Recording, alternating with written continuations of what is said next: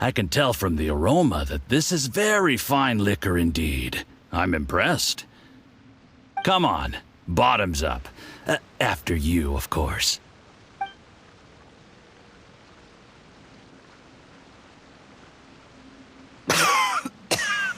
Oh, sorry.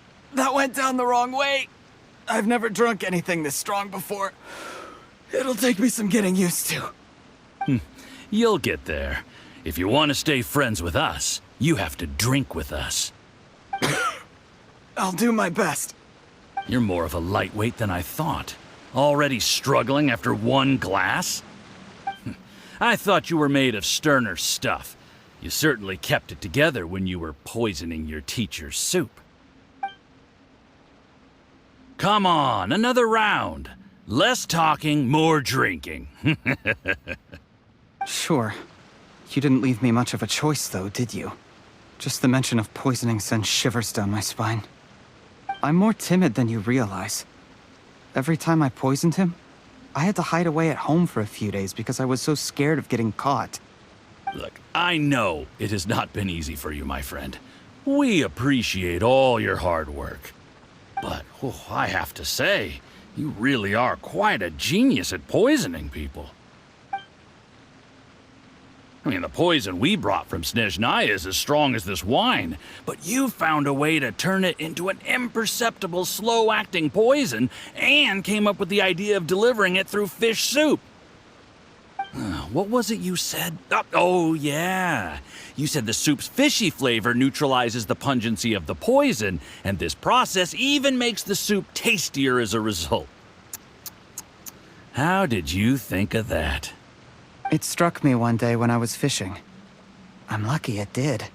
Otherwise, I'm not sure I would have been able to fool Uncle Tien. You have performed excellently. The Fatui will continue to provide the support you need to consolidate your position as Tien Shu. Of course, this is as long as you continue to do as we instruct. Aside from Qingshu Pool, we also have some other requests for you, which we will inform you of in due course. Don't worry. Whatever tasks you have for me, I will perform them diligently. Did you hear that? It was poison! That's why Uncle Tien hasn't been feeling well recently. It's all Jurye's doing. What a nasty guy! Seize him! Hold on. Did you bring a camera? If not, you can use mine. This is quite a scene. We have to capture it for posterity.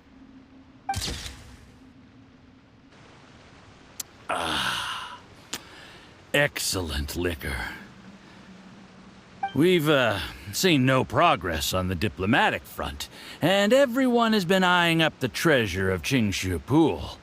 It's been a real headache for me. But soon, everything will be taken care of, and I can report back on a successful mission. Thank you, Jurye.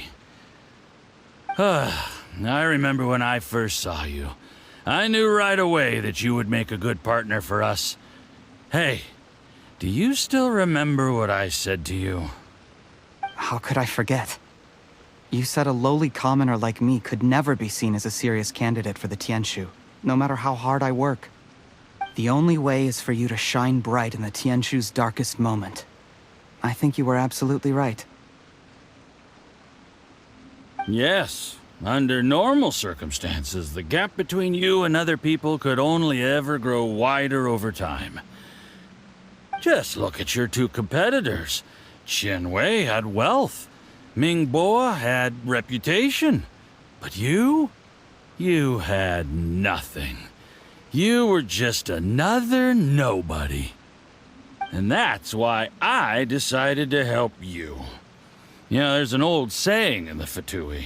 Give a starving dog a bone, and it'll guard your home for the rest of its life.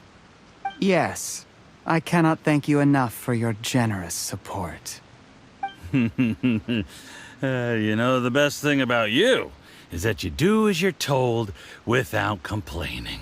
Hey, keep up the good work, and I can assure you, you'll never have to worry about Mora again. Heck, when you're not in the company of the Fatui, you'll be able to throw your weight around as much as you want. How about that? Uncle Gao said that Jur-E has low self-esteem. Seems he was right. He was worried that whatever advantage he might have now will diminish over time, so the Fatui persuaded him that he should act while he can. Do you have any more film in the camera? Then get ready to use it. Tonight's grand finale should be coming up any minute now. How well this goes for us depends on how Jur-E plays his hand. Ooh, is there any more alcohol? Go on. Fill me up. I'm in a good mood today, and I'm gonna drink my fill. Make sure to get me home safely afterward. There's only a little left. Here, I'll fill your glass. If you like it, I can bring you some more next time. Whoa, this is the good stuff. It is great. Huh? What the?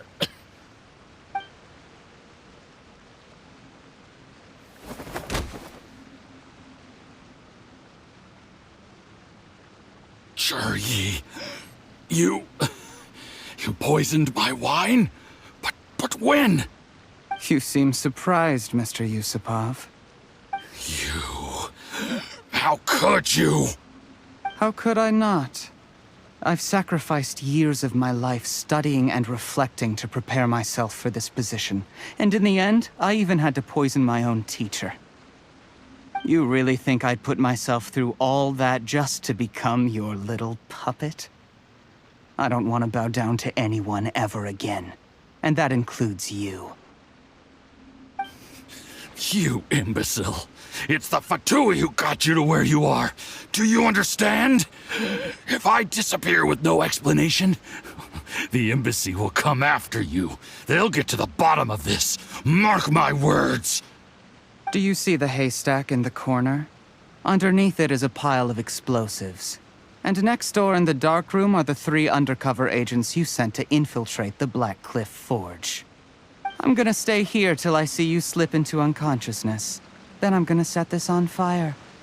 Once the flames burn through the hay, they'll ignite the explosives, the ruins will collapse, and everything will be buried.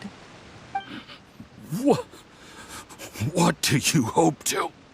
I took the liberty of leaving some evidence of your contact with the undercover agents at the Black Cliff Forge. It won't take long for people to join the dots.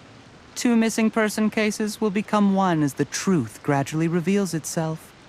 The Fatui planted undercover agents in the Black Cliff Forge to steal their signature ruin-grade explosives. Their plan was to blow through the solid floor tiles in the dead of night and seize the treasure of Qingshu Pool. But things didn't quite go to plan. Mistakes were made that led to the accidental deaths of the entire crew. Faced with the overwhelming evidence, the embassy won't investigate this any further. In fact, they'll be only too happy to blame it all on a rogue operation by you.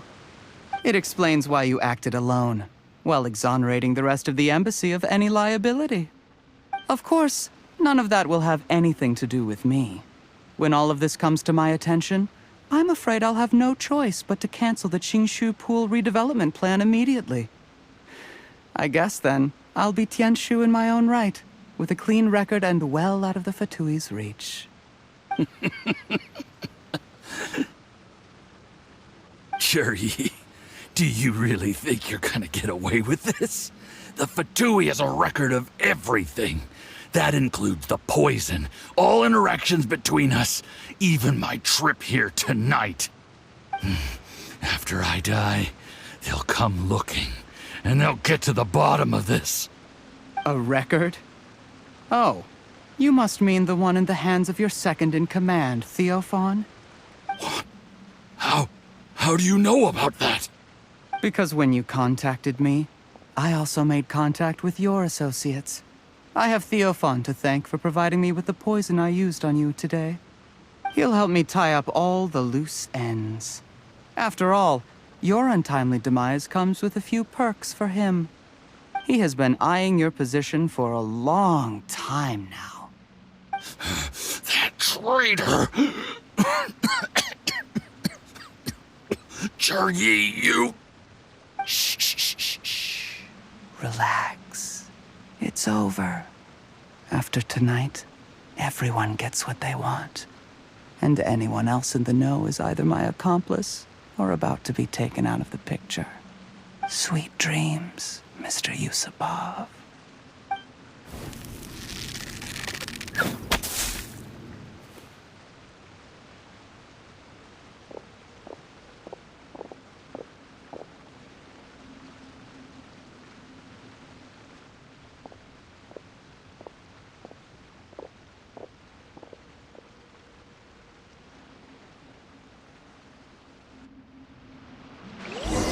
On the way here and found that you'd left yourself 3 escape routes in case things went south. I have them all surrounded. If you're thinking of trying anything, save yourself the effort. The game's up. We were here the whole time and have pictures of everything. They came out pretty nicely. Want to see them? The game's up? Forgive me, I'm not quite sure what you're referring to, Miss Yelan. I happened to discover a Fatui operation here, so I approached them on the pretext of joining forces and eventually brought them down from within. If it pleases you, Miss Yelan, I'd be only too happy to have you join me in investigating this matter. This is how you want to play it, huh? Fine. You do you. All we need to do to convict you is establish that the poison in his system is the same as in Uncle Tien's. Nothing else you wanted to add? Let's leave it there then. Time to go. One wrong move and it all comes crashing down. I should have been more careful. You followed him here, didn't you? I was so focused on keeping myself out of sight, I forgot he was a potential liability. Let's talk about this, Yelan. I gave you my word that I would live up to the Tianshu name, and that much I can still guarantee. Your point being?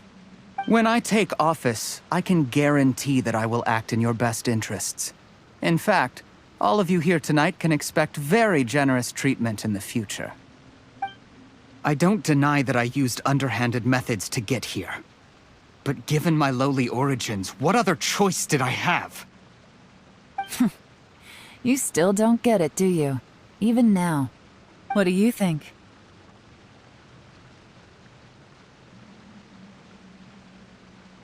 Exactly. Jur-E, clever people can always come up with a good excuse. But while you might be able to get other people to believe you, you'll never be able to deceive yourself. There's nothing wrong with wanting to win other people's respect, but when has Uncle Tien ever looked down on you? He was like a teacher and a father to you, but you chose to repay that by poisoning him.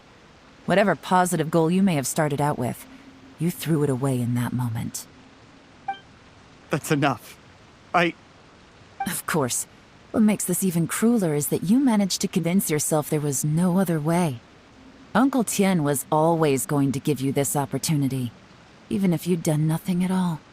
Out of everyone in the world, he is the one who trusts you the most. So much that he drank your fish soup without doubting you, not for 1 second. That's enough! That's enough. Life is like fishing. It cannot be rushed. Whatever you do, impatience will accomplish nothing. I was just like you once, desperate to prove myself. Only later did I realize things do not always turn out the way you plan. But you have to keep calm to carry on. You're still young. Be patient, believe in yourself, and don't look outside yourself to prove your value.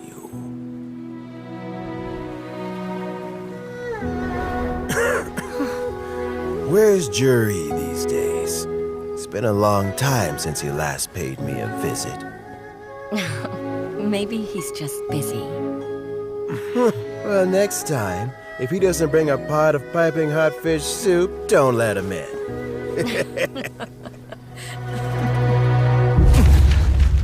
Whatever you were thinking about, you'll have plenty of time to mull it over in prison. Oh, I almost forgot. If the Fatui find out what happened today, prison might not turn out to be the safest place for you. Trying to have friends on both sides, it has a way of turning everyone against you. But right now, I have an opportunity for you.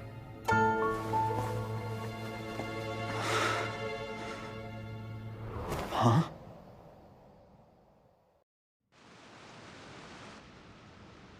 Sorry, things are about to get extremely busy for me. Let's meet at Yanshang Tea House tomorrow morning. I'll have someone remove the explosives. Then, there's someone I have to go and see. Need our help with that? No, it could be dangerous. You should leave this one to the professionals. Don't worry. As long as they're willing to cooperate, this'll be a straightforward deal. Get some rest. See you tomorrow. But recovery from the damage already done will not happen overnight. Dr. Baizhu, is my father going to be... You needn't worry too much.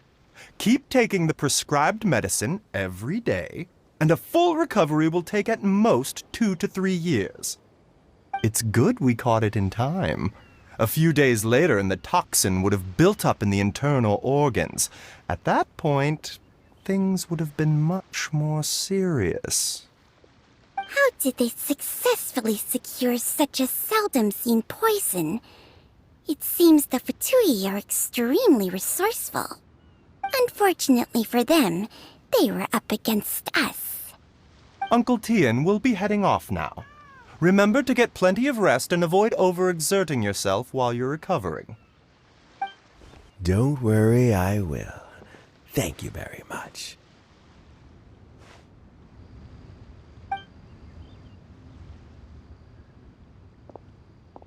Ah, and you're here too? Thank you for all you've done to resolve this situation. And I'll have to make some tea in a moment. You simply have to try it. Yes, the exhaustion seems to have gone. My mind is steadily getting clearer again. Luckily, it looks like choosing the Tianshu's successor is suddenly not such a pressing issue after all. Hey, Yelan! My work is mostly wrapped up, so I thought I'd take a minute to check in here. The assessment process comes to an end here, Uncle Tian. In my opinion, Zhi is not suitable for the position. But Qianwei and Mingbo both have potential. You have my gratitude. People can change their loyalties easily. I've always known this. But whenever it happens, it's still a dismal experience. Is it just Paimon, or is Uncle Tian not that surprised? Don't underestimate Uncle Tian. He wouldn't have appointed me as assessment officer if he hadn't had his doubts about Zhi. Normally, the Yuehai Pavilion would be responsible for assessing the candidates. Isn't that right, Uncle Tian? Yes, to be quite honest, I wanted to trust him unreservedly. But I have to be responsible with the position of Tianshu. When I first met Zhi, I wondered if he had approached me with a hidden agenda. So I secretly investigated him. I concluded that he had no ulterior motives whatsoever. He just saw me as an ordinary fishing friend. In the end, even he changed. But when did it start? I never had any plans to recommend him directly, but I always intended to give him the chance to compete on a level playing field. Family background and fame mean everything to many people, but I don't attach great importance to them. I had no reputation to speak of when I first became Tianshu. I relied on Ganyu's assistance for all manner of things. What I really admired about Zhi was his intelligence and resilience. I have to admit, he's a smart guy, and very cautious. The intel suggests that the Fatui saw him as very low risk, but Zhi was still extremely careful with the poisoning. He chose that specific liquor from Xinyue Kiosk because the fiery flavor would mask the bitterness of the poison, and he chose to wait until the Fatui official was drunk and had his guard down before delivering it to him. He also installed a secret compartment in the wine pot he bought to hold the poison. As the amount of liquor went down, he'd shake the pot to release the poison from the compartment into the liquor. Afterwards, we also found he had an antidote on him. Had the Fatui official grown suspicious, Jur-E would have drunk the poisoned wine himself, and then found an opportunity to take the antidote shortly afterwards. But that's still really dangerous. Yes. Had he drunk the poisonous wine, he still would have faced serious health consequences despite taking the antidote. He didn't hesitate to put himself in harm's way to achieve his goal. How is Jerry now? Well, I mean, he is sitting in a jail cell. Like Yanfei says, everyone who breaks the law has to pay the price. Still, he's cooperating. He didn't turn down my offer to strike a deal.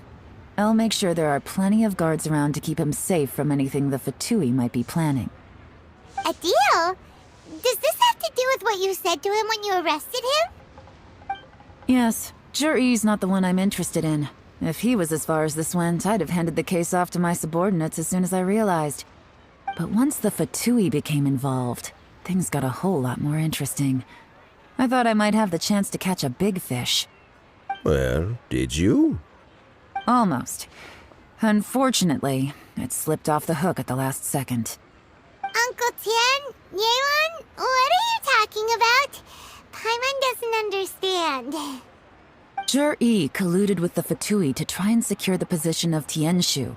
Or, to put it the other way around, the Fatui made an attempt to interfere in the Tianshu selection process. With Yusupov in our hands and a statement from Jur-E, we could afford to continue with a diplomatic offensive. Also, we'd be able to gain control of Theophan, Yusupov's second-in-command. Then we'd have a pawn in the ranks of the Fatui. Pawns like this can be major assets. They open up all sorts of new options. Why else did you think I was investing so much time and effort into this case? So, okay, well, did your plan succeed? We got halfway. The first part went off without a hitch, and we passed all the information on to Lady Ningguang.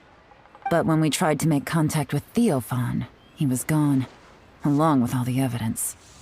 The Fatui must be spying on us. Otherwise, they'd never been able to respond so quickly. I found out from other sources that the Harbinger Regrator got involved. The Fatui's main forces aren't concentrated here.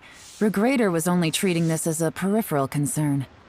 It's a pity that Theophan got away, but knowing which Harbingers are still looking at Liyue is something. It gives me a starting point for my next mission. I have to ask, Yelan, do you have any desire to take over the position of Tianshu yourself? I remember you showed some interest a few days ago at Yenshang Tea House. In my estimation, you are more than competent. Oh, that. I was obviously joking. I prefer my current life. There's danger and there's excitement. Although it'd still be a behind-the-scenes role, as Tianshu, I wouldn't have the chance to get involved in anything truly clandestine or face any real danger. All right, I'm done here. Time for me to go. I'm heading off again in a few days, and I still have to prepare. Where are you off to this time? As you might have guessed, it's for me to know and you to find out. But I'm sure if you keep going as you are, getting yourselves involved in other people's business all the time, you're sure to get caught up in another misadventure before too long. Maybe I'll see you the next time danger beckons. Until then, keep your wits about you.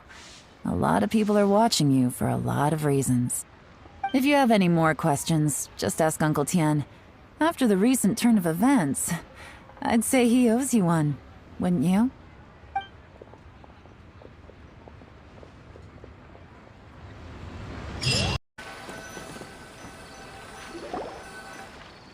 Let's continue our conversation here. If you wish to learn more about the knowledge capsule that the Academia lost, then you must help me with something. I need you to find someone named Dory, a traveling merchant. Unlike the peddlers who hawk inferior knowledge capsules, she often has quality goods in stock. Some say that as long as there is profit to be made, there is nothing she won't dare to sell. She's guarded against people from the academia because most of her wares don't comply with academia regulations. I think she blacklisted me. I met with her informant, but it soon became clear that they had no intention of letting me get any further. Become one of Dory's customers and earn her trust. This is my condition for further collaboration. Why do you want us to meet with her? Until you complete this task, you don't have question privileges. Fine. So how do we go about doing this? You two are outlanders who haven't been here for long, so Dory should view you as safe clients. I'll give you the informant's address and their contact password. Beyond the password, though, I have no way of knowing what other tricks she might have up her sleeve. You'll have to improvise. This is kind of nerve-wracking. The true challenge begins after you meet her. She has a keen nose for Mora and a shrewd eye for wares, and she only likes customers who she deems to have good taste. I'll prepare some funds for you. Buy her highest quality wares and earn her approval. But we only just saw a knowledge capsule for the first time. We don't know how to tell which ones are good and which ones are bad. Is that something we can learn quickly? That's true. Have you two heard of elemental sight? Oh, that's a surprise. Guess I'll have to hold you in higher regard. Anyway, that ability should resolve your issue.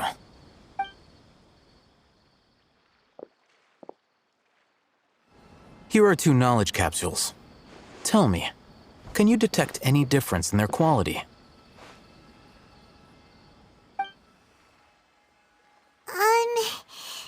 They look the same to Paimon. Try inspecting them with elemental sight. How'd it go? Did you see anything? Rumor has it that higher quality knowledge capsules generally appear brighter when viewed through elemental sight. That's because knowledge originates from Irminsul, the root of Dendro power itself. The more powerful the knowledge, the richer it is in Dendro energy. However, some canned knowledge with a high concentration of elemental energy is of little use in contemporary times, so those capsules are of little value. Using elemental sight is merely a stopgap measure, but it should suffice for earning Dory's trust. That sounds pretty impressive. Here's a sheet with the informant's location and contact password, and here is the Mora for purchasing canned knowledge. Don't be cheap. You'll need to spend to catch Dory's eye. If there's any Mora left over, just keep it. Oh, and be sure to exercise some caution. There have been Matra present in Port Ormos lately. Your efforts will be for naught if they catch you. Matra?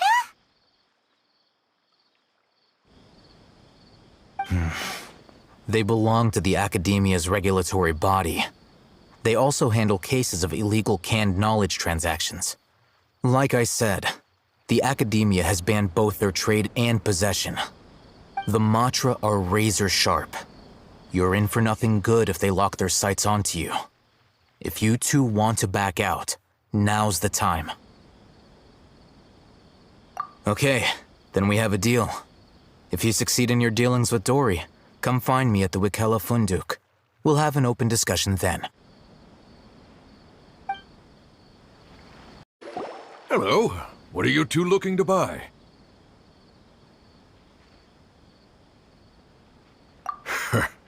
What a unique palette. We have unripe horror fruits, but we usually keep them in the back. I'll have someone escort you. Following the paper got us past the first round. Ronak, these two want to buy unripe horror fruits. Show them to the warehouse. Got it. You too. Please follow me. Products, I need to confirm a few things. Please forgive me, but we may not have sufficient stock for you today. Earlier, many of our horror fruits were taken by mice. Hold on. that's not right. Taken by mice means they sold out. I'm sorry. But as things currently stand, we won't be able to fulfill your order. Why don't you two think things over? He's cautious of us. Let's take a closer look at the paper that Al-Haytham gave us. I need to confirm a few things. Please forgive me, but we may not have sufficient stock for you today. Earlier, many of our hara fruits were taken by mice. Thanks. If better goods come in, you'll be the first to know. You look like you have some skill. Why don't I pick out some fruits that'll make you dizzy?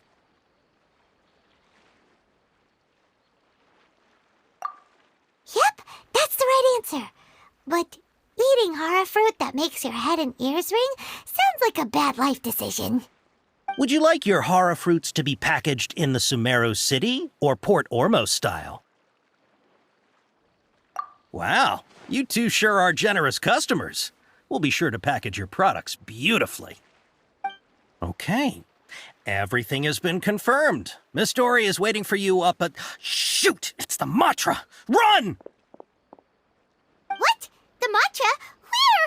Al-Haytham said we're done for if they catch us. We gotta get out of here.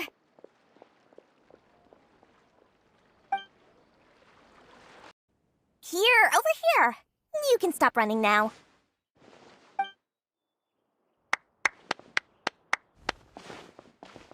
So you were the one who was calling out to us just now. But, are we definitely gonna be safe here? These two good customers wish to buy some hara fruit, Miss Dory. And if there's nothing else, I'll just excuse myself. Oh, very good. Thank you. Huh? Wait, you're Dory? Paimon sure thought you'd look a whole lot scarier. Hey, what are you trying to say, Princess Pea-Brain? I can be scary enough when I need to be, believe you me. If you don't watch what you say, then you can forget about doing any business. But it seems you two have actually done pretty well so far. Not only did you manage to find the informant, your reactions were also pretty sharp. You don't really look like criminals or anything, but I bet my Mora that you've been involved in some shady dealings, haven't you? Paimon's not sure if that's supposed to be a compliment, but we'll take it.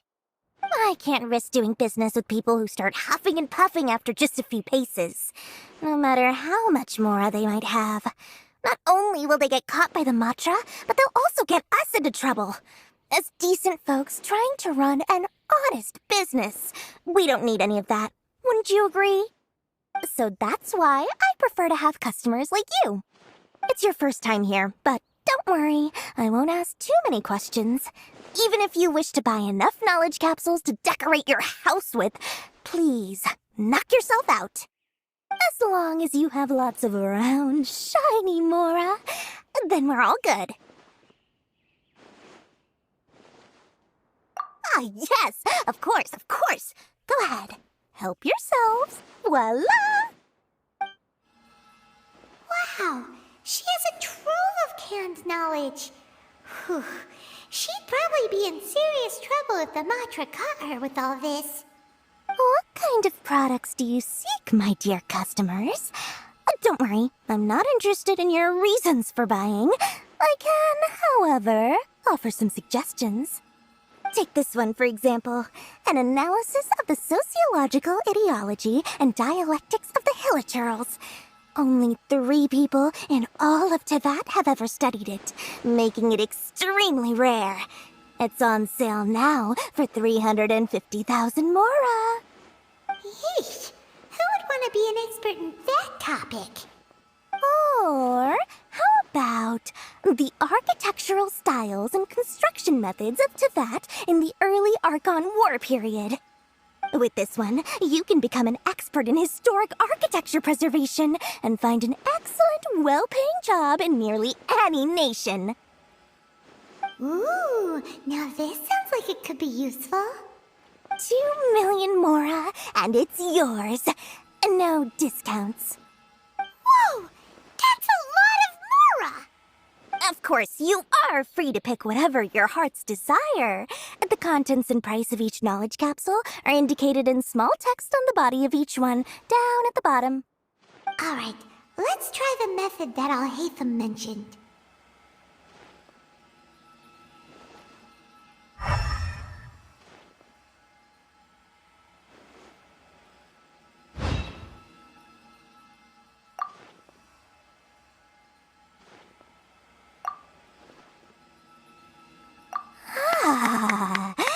You've really got a good head on your shoulders, and quite the eye for quality.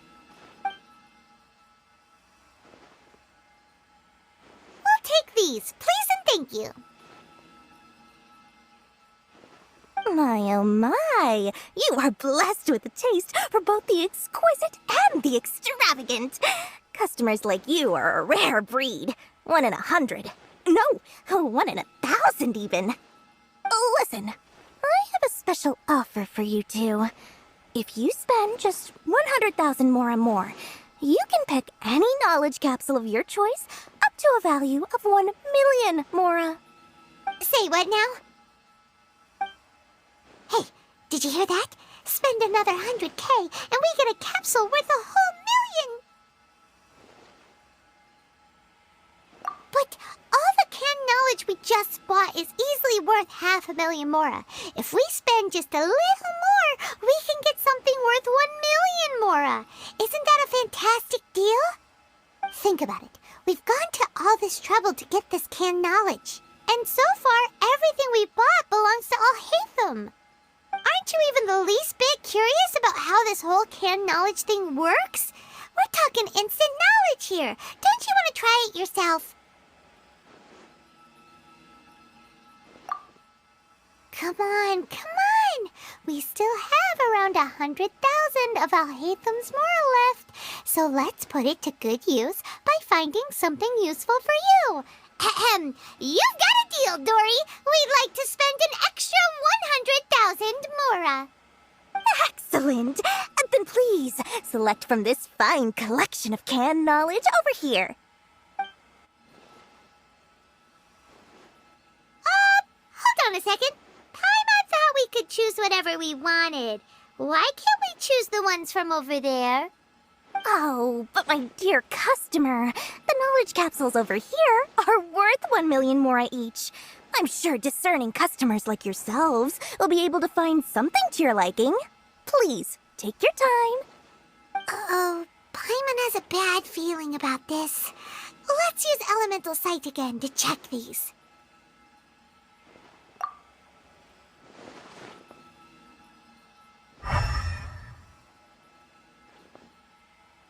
So, what did you see?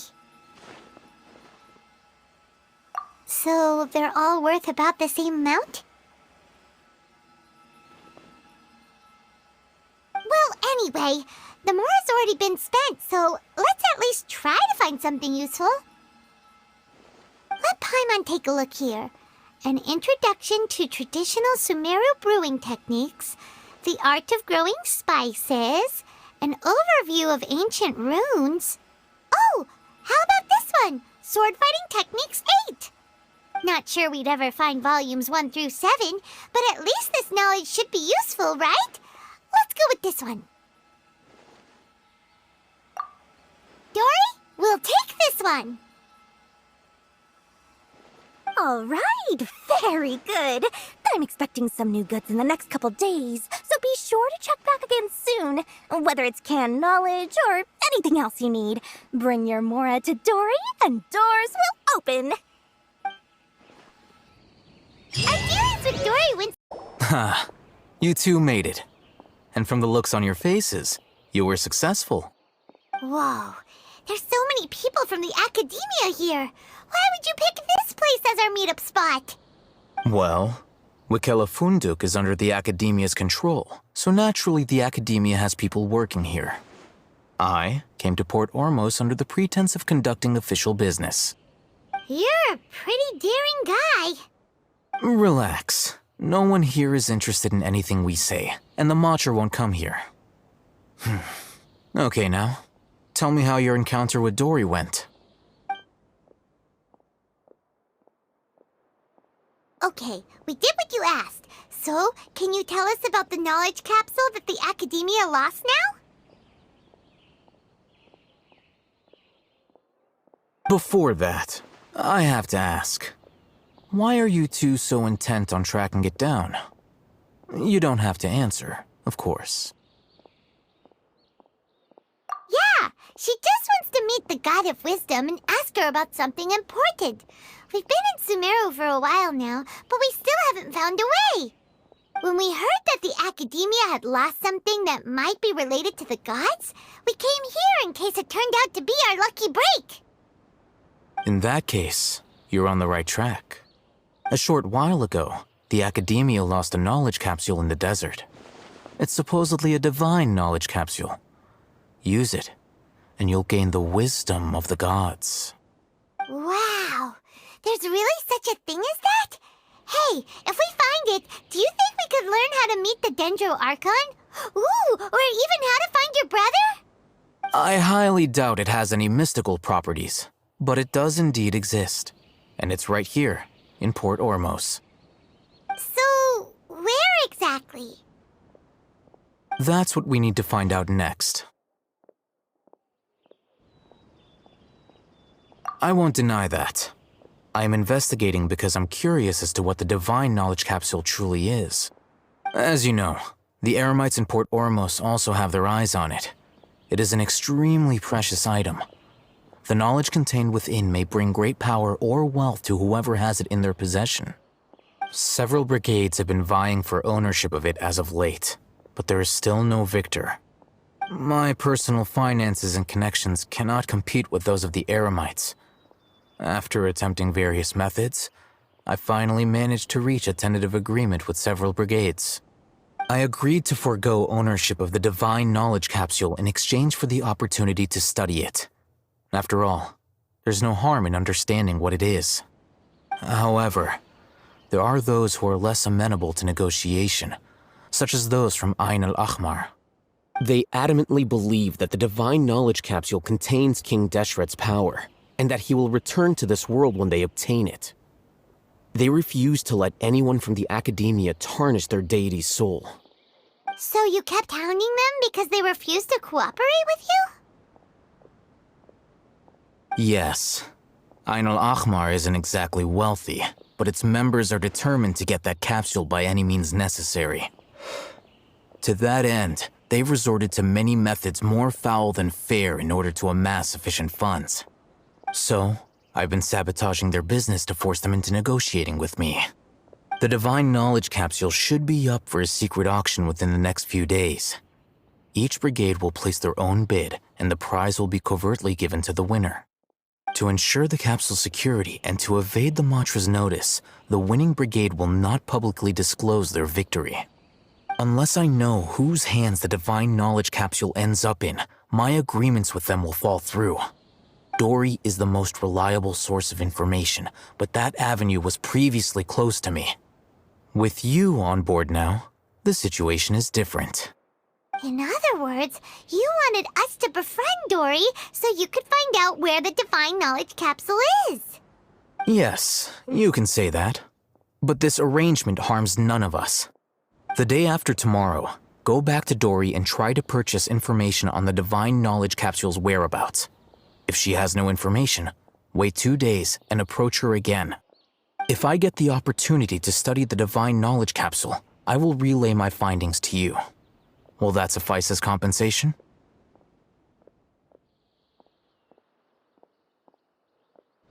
Okay, then we'll meet up in 2 days.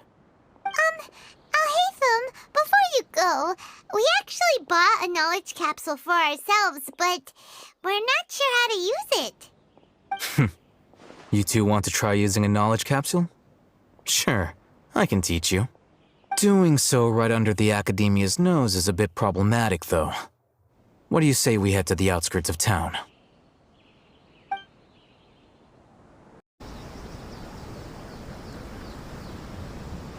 Come on, boss! You can't just let this one slide! You've painstakingly built up a reputation as the bona fide Beetle Battle King! You can't let that brat get away scot-free! Yeah, That little punk must have used some underhanded trick to catch you off guard. I just know it! Hey, chill, boys, chill. Relax. I just underestimated my opponent, and can you blame me with how boring the kid looked? So, yeah, no worries, that fight didn't count. Anyway, enough about that. We're gonna stick to the plan, alright? The almighty Arataki extraordinary and exhilarating Extreme Beetle Brawl is going ahead.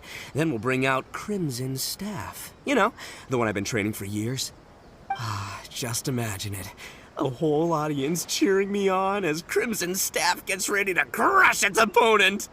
That kiddo will be trembling with fear. No tricks this time, no sir. Just an easy win for Ito. All right, boss, way to go! But we don't know when Shinobu's coming back! Where do we even start with organizing the almighty Arataki extraordinary and exhilarating Extreme Beetle Brawl? Based on our experience with the almighty Arataki Great and Glorious Drum-Along Festival, we'll need to register the event with the Tenryo Commission and obtain a permit. And I think we also need proof of a venue rental. We're going to need to pay for all that stuff somehow. If we want the Extreme Brawl to be even more extravagant than the Drum-Along Festival, we'll need to spend at least 3 times the Mora. Stop! We don't say Tenryo Commission out loud, okay? It gives me migraines. So we need some funds, huh? Easy. Just need to tweak our 3-day weekend policy, as well as our 1-day week policy. Let's work flat out and do 2 days on, 4 days off. That way, we'll work an extra 4 days between us, which means we'll earn 4 times as much. We'll be raking in the Mora. Amazing, boss! Then all we need to figure out is how to make up the numbers for our team. And it doesn't matter who we pick, because you're practically a one-man army. Shoot, that's right. That brat said he'll be bringing 5 of his top guys to fight us fair and square. But boss, you're the only one in our gang who's any good at beetle fighting. If they come at you in waves, you're gonna have a hard time no matter how good you are. Come on, you two. It's a little early to be getting cold feet. You're thinking too many steps ahead. Where's your Arataki gang attitude? Come on! I'll find a way to deal with this. Easy peasy, lavender melon squeezy. Maybe I can hit up my usual beetle fighting crowd. Or maybe I can visit Naganohara Fireworks and see if I can rope that gal into it. Oh, scratch that. If I did that, then news of me losing to that brat would spread around Hanamizaka. Ugh, my reputation would never recover. True. So, Bullchucker, what are you up to this time? Oh, you scared me. When did you get here? Seriously? We've been standing here for ages. We were headed to the Adventurers Guild, but then we saw you causing a commotion and talking about your next harebrained event idea. Hey, don't forget the extreme part. Can't do without the coolest bit of the name, you know? Compadre, you'll understand my passion for beetle fighting eventually. You just need more practice. So you're looking for a way to recover your pride after a humiliating defeat, are you? What? No, come on, it's not like that. I was ambushed. Ambushed, I'm telling ya! That's right. Some poser calling himself Grandmaster Hanakato challenged the boss in a brief moment of exhaustion after an intense beetle battling session. He used a ridiculously huge Oni Kabuto and flipped boss's beetle over in a matter of seconds. And then he said something like, "Welcome to the world of real beetle fighters." Mamaru! Easy on the details, my dude. Anyway, compadre, I've heard that you're talented at pretty much everything. You pick up new skills almost instantly, and before you know it, you're a pro. Paimon knows what you're going to say next, Bullchucker. You're going to ask us to avenge you and defeat that Grandmaster Hanakato for free, aren't you? For free? Flying lavender melon. Do you really think that I, Arataki Ito, have no code of honor? Listen, compadre, if you do this for me, I'll buy you both lunch for the next 2 months. 1 bowl of signature ramen every day for 2 whole months. How's that sound? 1 bowl every day? Oh, now that's an offer worth considering.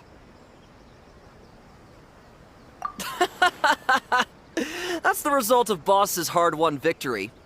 Some little phony was going around calling himself the bona fide Beetle Battle King, and Boss couldn't put up with that. So, Boss challenged him and said whoever wins gets the title. After 92 brutal rounds of beetle battling that lasted one full day and night, the Boss finally emerged victorious.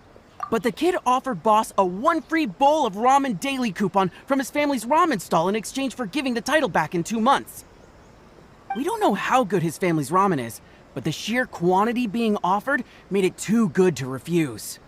Besides, Boss's beetle fighting techniques are improving so fast that he'll easily have won a more impressive title by 2 months from now. It's a great deal! The only slight snag is, we forgot to ask him where the ramen stall is. Don't sweat the details. Anyway, compadre, flying lavender melon, that's my offer. All that ramen just for you. Wait! We haven't agreed yet? I've already challenged this Grandmaster kid, and he accepted. He's gonna bring some reinforcements with him to face off against us. As for the venue, I think I have an idea. But first, compadre, I'm gonna need you to do me a solid and sort out all the pesky paperwork at the Tenryo Commission. Sound good? Good. All right then, my compadre and melon duo, let's hop to it. Sheesh! Ito sure seems excited about all this. Ugh, guess there's no backing out now, huh? We might as well go along with this. We just have to learn how to beetle fight and help him beat his opponents, right? Ugh, listen to you. Is Bullchecker's childishness really that infectious? Because one Ito is more than enough.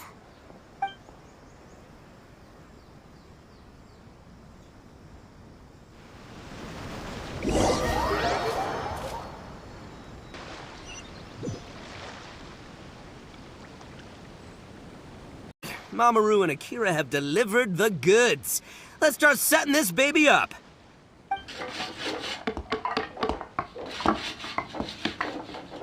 Ow! Now this is what I call an arena. Looking pretty good. Booyah, compadre! I didn't know you were so handy with this kind of thing. And this awesome poster I made is the cherry on top. It captures the mood perfectly. Great carpentry, Traveler! And great artwork, Boss. This place seems pretty far from Inazuma City. You sure anyone's gonna show up to watch? Oh, you bet they will. When you're as famous as I am, people will flock to watch you. I heard this is the spot where they held the sword fighting contest during the Iridori Festival. That makes this the ideal venue for Onikabuto duels. Next up, time to show you my invincible Onikabuto, Crimson Staff. Oh, it really is a red Onikabuto! Amazing! Huh. Paimon didn't expect you to put in this much effort.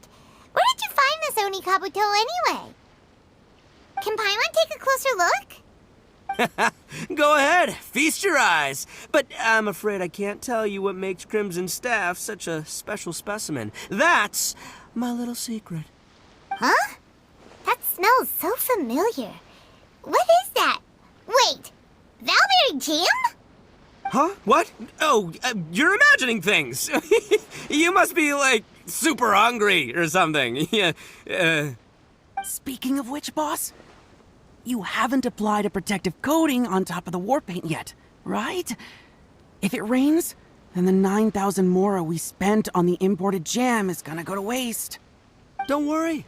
The almighty Arataki extraordinary and exhilarating extreme beetle brawl hasn't started yet. There's still time to give Crimson Staff one last layer of protective coating.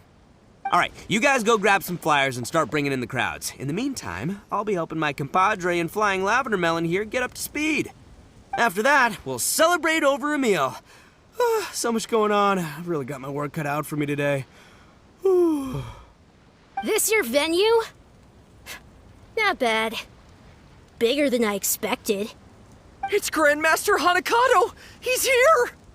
Wait, what? You're not supposed to know about this place yet. Are you forgetting something, bonafide Beetle Battle King? We elite beetle fighters can sense each other's presence. Or how else would we have crossed paths last time? Looks to me like you're still busy frantically preparing. Is that because you don't have a clue how to beat us? No. In case you didn't know, me and my Oni Kabuto gotta get our brainwaves in sync before a battle. And until we're ready to roll, I always conserve my energy and keep a low profile. I just underestimated the strength of your beetle battler's sixth sense is all. Huh? So that's the kid Ito lost to? Yeah, he does look pretty normal. But the way he talks is pretty unique. It almost feels like he was born to be Bullchucker's arch nemesis.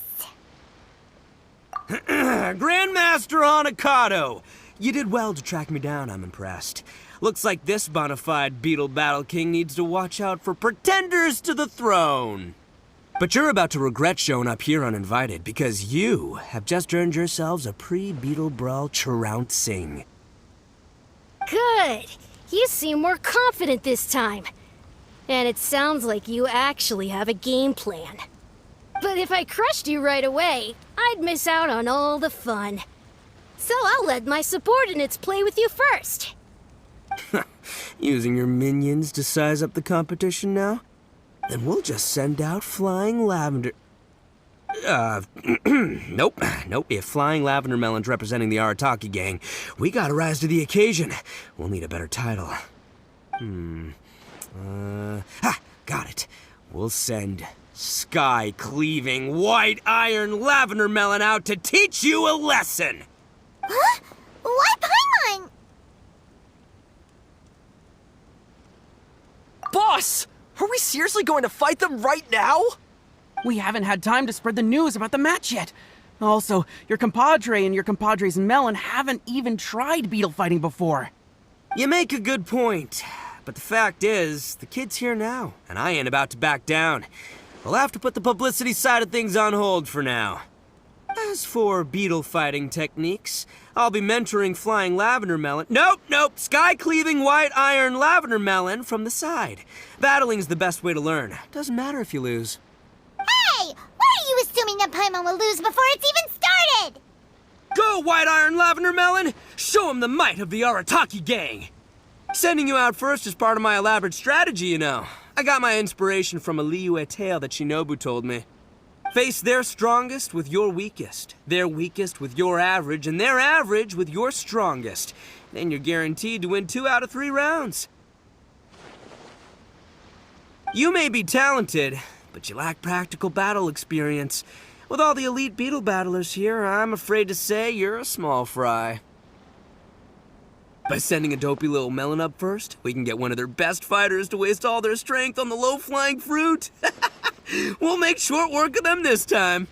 But according to your logic, if you're planning to face their leader, Grandmaster Hanakato, doesn't that make you our weakest fighter? Huh? That can't be right. You little twerp. I never said my strategy was exactly the same as the one in the story. Fine. Paimon will do it already. But prepare to eat your words, mister! Low-flying fruit? Paimon will show you! Puny opponent. And what a garish Onikabuto. Pathetic. You can paint your Onikabuto any color you want. The only thing that counts in battle is their electro affinity, the source of their power. Being able to pick out a prize Onikabuto from the crowd is all that matters. That's what makes or breaks every beetle fighter. That's a strange theory. Even Paimon knows that performance in battle matters the most. Honing your beetle fighting skills is the most important thing. That's exactly right, Mini Melon. Nice sounding theory, but it ain't gonna help you if you don't know how to fight. Listen up, White Iron Lavender Melon. You need to watch your opponent's Onikabuto closely so you can dodge its attacks. Then in the opening right afterwards, you strike back! As long as the opponent's in range, Crimson Staff will hit him hard. Got it! So when the opponent attacks, we get our Onikabuto to retreat. And when there's an opening, we move it forward and strike while they're still recovering. Sounds simple enough, Paimon will give it a go. The Traveler heard the explanation too, so Paimon bets we're both ready for battle. Are you seriously learning beetle fighting right before a match? You underestimate who you're up against. Enough talk. Put your Onikabuto on the table and show me what you've got.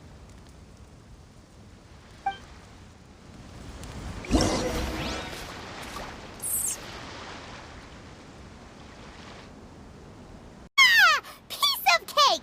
You don't mess with this white iron lavender melon! Amazing, Mini Melon! Whoa! Whoa! Pretty talented, ain't ya? You sure showed them who's boss. You, my little friend, have earned yourself an egg roll later today. Huh? Grandmaster Hanakato, I lost to a complete novice. I've let you down. Don't worry. It seems that there are a force to be reckoned with. We should inform the other generals to prepare for battle. You defy my expectations once again, bona fide Beetle Battle King.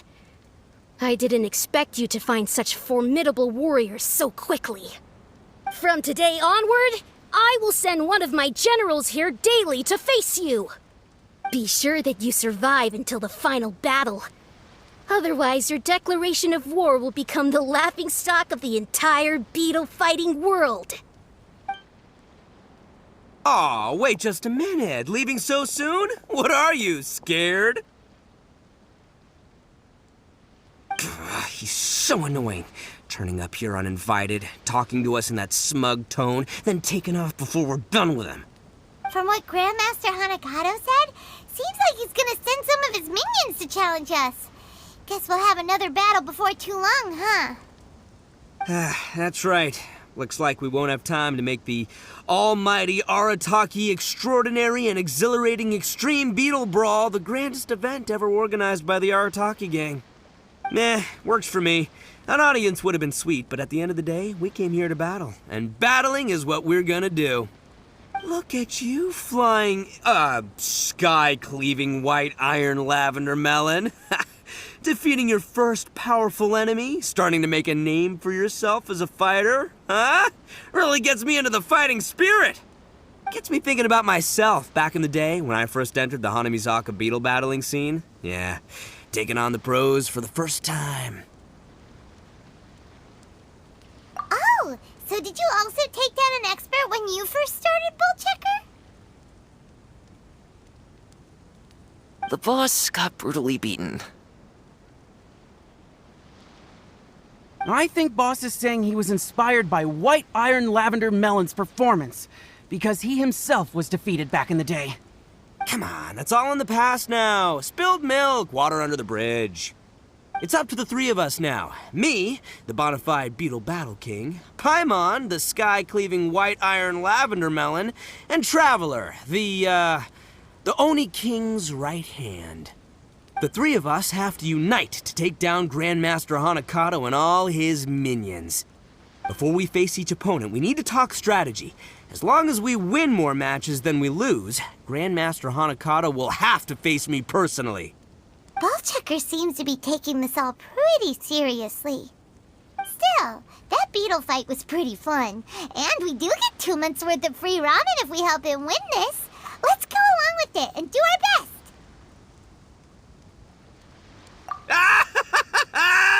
That's what I'm talking about! Just follow my lead and give your all in battle. Grandmaster Hanakato's about to get more than he bargained for!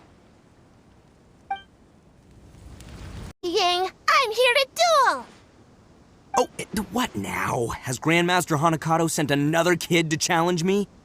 Is he running out of people? 'Cause this is some serious bottom-of-the-barrel material. It's not you I'm after. Empty vessels make the most noise.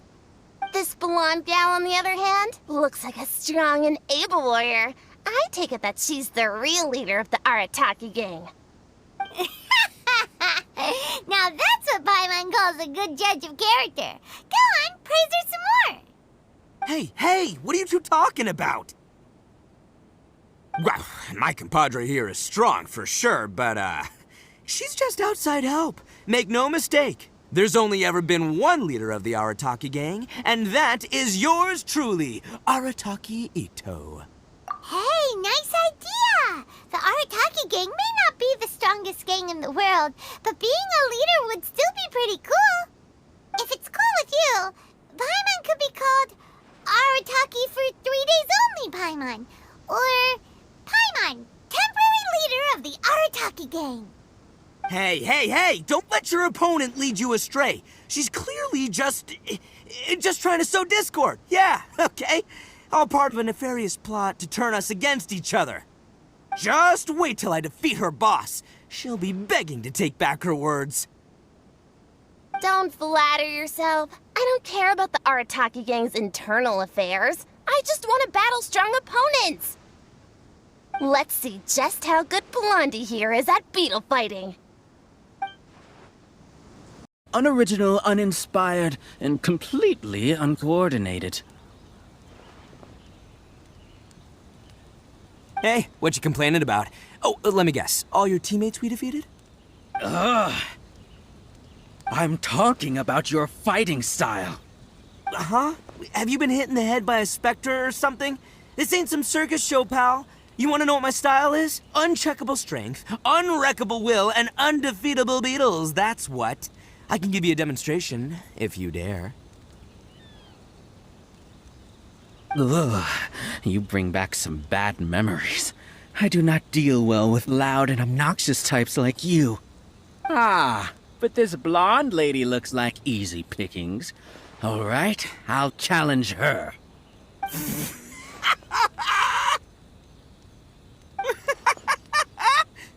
Hey, compadre! Did you hear what this joker just said? Paimon doesn't get it. These people haven't researched their opponents at all. All they're doing by coming one at a time is contributing to our winning streak. Grandmaster Hanakado's team members are a real mixed bag. They're no match for us three when it comes to strategy. Mr. Melon, I have come to avenge Electra. Prepare your Onikabuto.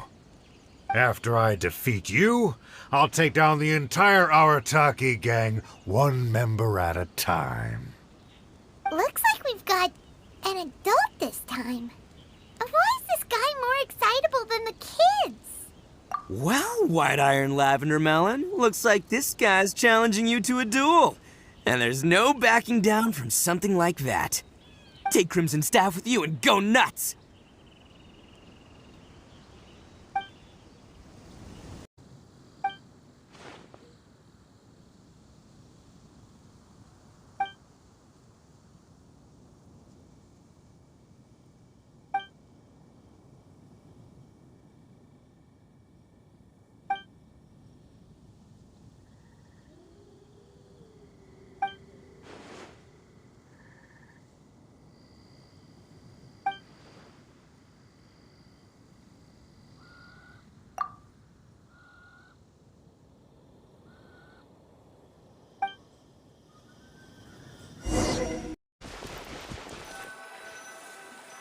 All right, this place works.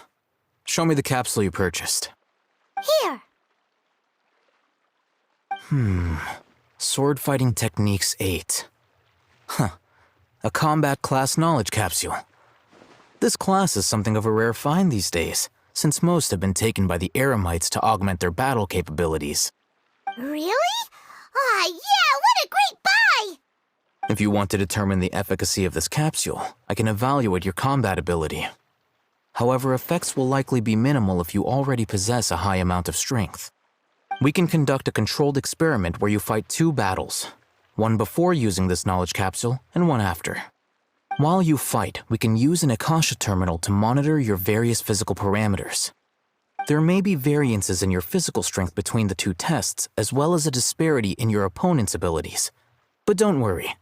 I'll run statistical analyses afterward to mitigate any confounding effects. Wow! Haytham! You must have been one of those guys at the academia who got top grades on everything. Paimon's curious about something, though.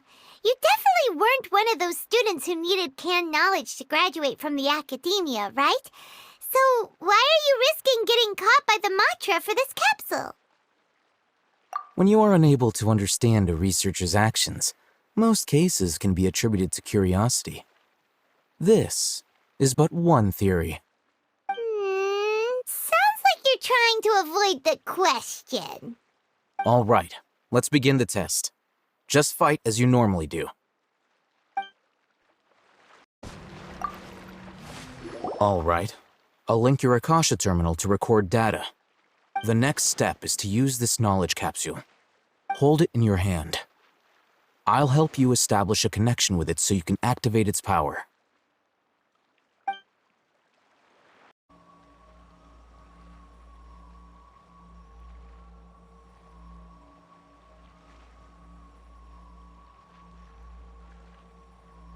Hey, how are you feeling? You mean that it worked? All right, time for round 2. Fight with the same composure as before. Now, I'll start recording data again. Oh, Hatham, how's it going? Well, the knowledge capsule you purchased did improve her combat capability. During the second fight, her overall fighting performance increased by 0.073%. Wait, how much?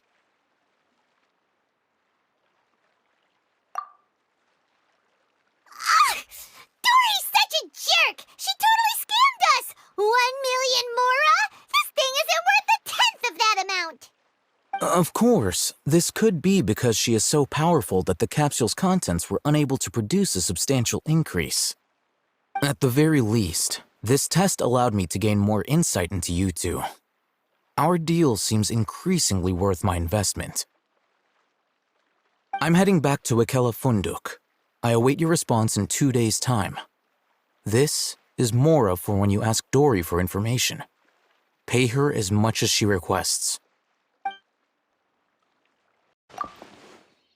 Here, over here! Oh, welcome back, my loyal patrons. What can I do for you this time? You name it. Canned knowledge, supplies, or anything else you need. I'll find a way to get it. Where there's a waterfall of Mora, there's a way. Can you really get us anything we want? Anything at all? Aha! So it appears that canned knowledge alone is no longer sufficient for your opulent appetite. Then please oblige me. Tell me what you have in mind. Oh! I knew customers with pockets as deep as yours would undoubtedly crave something more profound than ordinary canned knowledge. But you know, that kind of information isn't going to be cheap. After all, I had to work really hard to weasel my way into the auction site. Not to mention that if anyone found out that I was the leaker, I would be in big, big trouble. But how can we be sure your information is accurate? Paimon's curious how you just happen to have this kind of info the moment we need it. Because to me, anything of value is what I consider to be my supply. Therefore, I must always be aware of what's hot on the market in order to secure more sales. As for the information's authenticity, well, you've no need to worry about that. I used a camera to take a picture of the transaction. That way, no one can dispute it.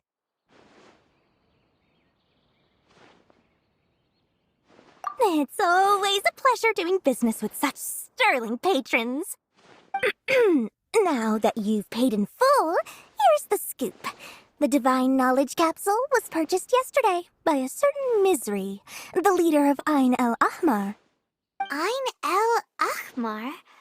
You mean the Aramites who worshipped King Deshret? Ah, so you're already familiar with them. The group has done everything in their power to obtain the Divine Knowledge Capsule. After all, they believe it contains the power of King Deshret. That Divine Knowledge Capsule is unlike any other canned knowledge I've seen before. It was glowing bright red. The capsule is clearly visible in the picture I took. You can look for yourself. Thanks for the info, Dory. Please, it's my pleasure.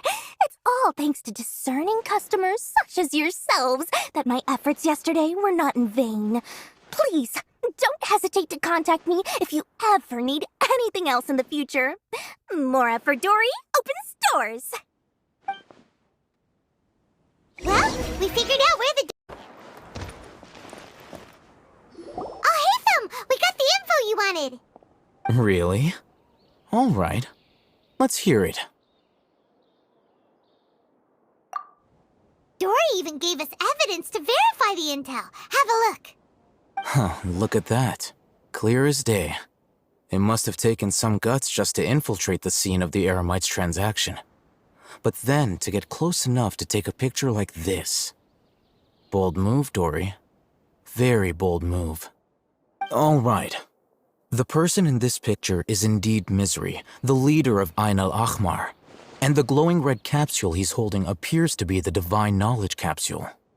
In which case, if we play our cards right, when we confront them next week, we should be able to force them to show their hand.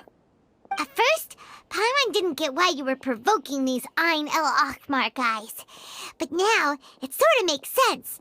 Everything's playing right into your hands. After we defeat them, we can finally have a serious talk with their boss and get them to lend us the Divine Knowledge Capsule. Thank you for your time and efforts. Take a few days off while I make some preparations. Let's meet up again on the afternoon of the arranged date, 3 o'clock sharp. See you then.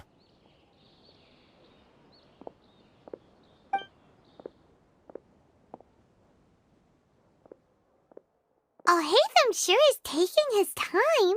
Where could he be? Oh, there he is. Sorry to keep you waiting. Let's head to the pier in front of Pharos Lighthouse. Yep, let's go. Oh, Haytham.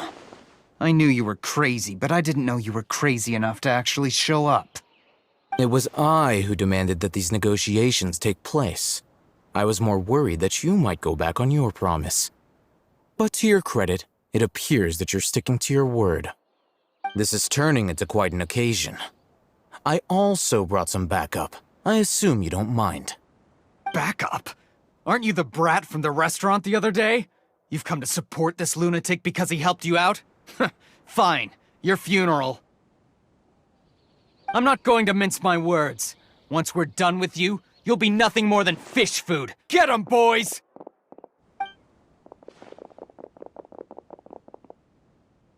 Uh-oh, here they come. Good luck, you two.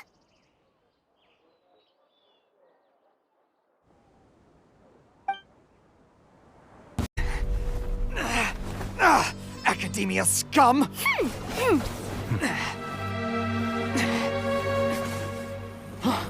Boss! Finally! Did you use it? Great! Now we can...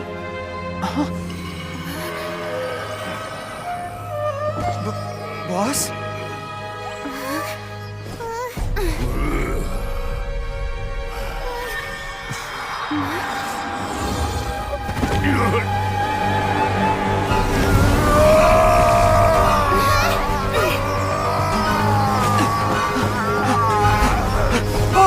Boss! What's wrong? What happened to him? We have to cut his Akasha connection, now.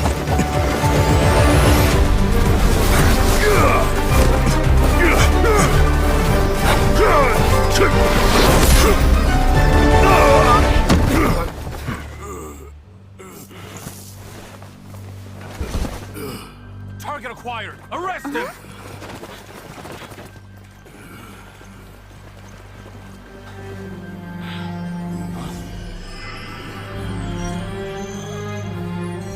Do not impede our work. Is that understood, Al-Haytham?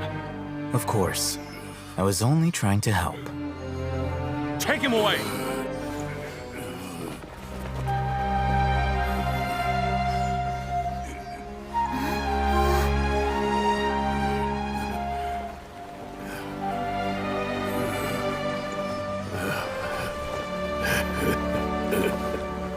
World, forget me.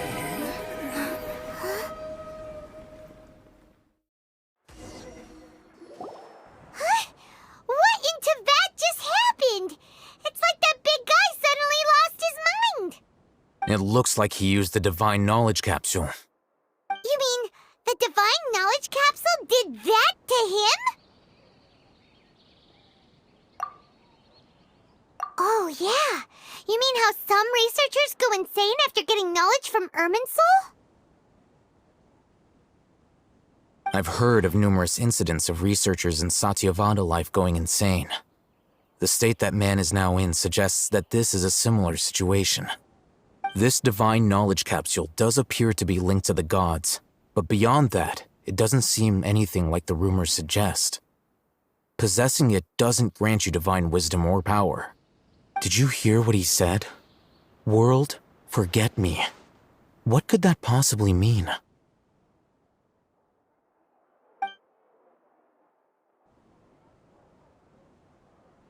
If the mantra took him away, then that means the Academia got the Divine Knowledge Capsule back too. What a shame. We were so close. Still, Paimon didn't expect the Divine Knowledge Capsule would be so dangerous. Imagine if we tried to open it. Oh, who knows what would have happened to us? As things stand, there is no reason for me to remain in Port Ormos. I believe our collaboration has also reached its end. Oh, we were so busy trying to find the Divine Knowledge Capsule that Paimon forgot to ask you something. Since you're a member of the Academia, do you have any idea how we can go about meeting Lesser Lord Kusanali? Truthfully, I don't. Lesser Lord Kusanali appears to exist outside of Sumeru's entire administration. Most of the time, you wouldn't know she exists at all. Moreover, since the Academia possesses the Akasha, a symbol of our deity's wisdom, scholars have no reason to desire to make contact with the deity herself anyway. Everything about Lesser Lord Kusanali is such a mystery! I'm heading back to the Academia. How about you two? It's almost the day of the Sub-Zero's festival. Maybe we should head back too. We've been rushed off our feet over the past few days, so maybe a little rest and relaxation will do us good. Then we'll part ways here, Alhaitham, until we meet again.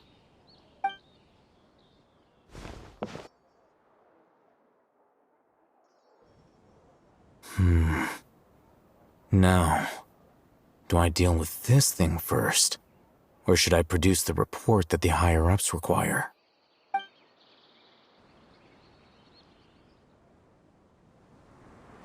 There she is! Dunyarzad, we're back! Just as promised, Traveler and Paimon.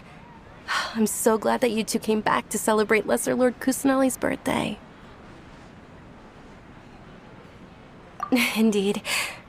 The festival's tomorrow. We've been preparing for so long that I can't help but feel a little nervous. There's no need to be nervous. Paimon's sure that Lesser Lord Kusanali will feel everyone's gratitude. Thanks, Paimon. I hope that everyone who comes to the festival will also have a good time. Speaking of which, did you manage to make your way to Port Ormos? Discover anything over there? Of course we went. A lot of things happened there. I see. Sounds like you two had another exciting adventure.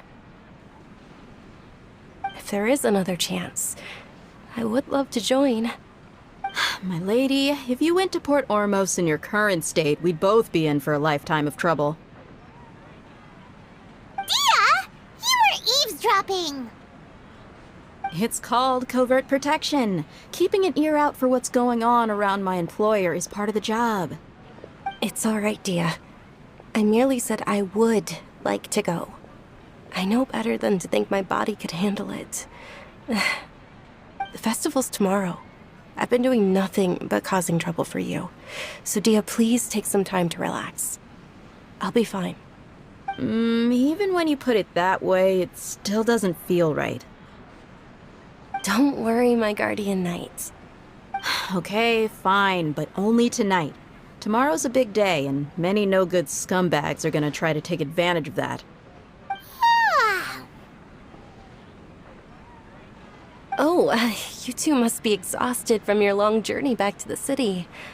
My apologies for not realizing this sooner. I've already prepared a room for you to rest. Please follow me. Whoa, you're so thoughtful. Paimon's so ready.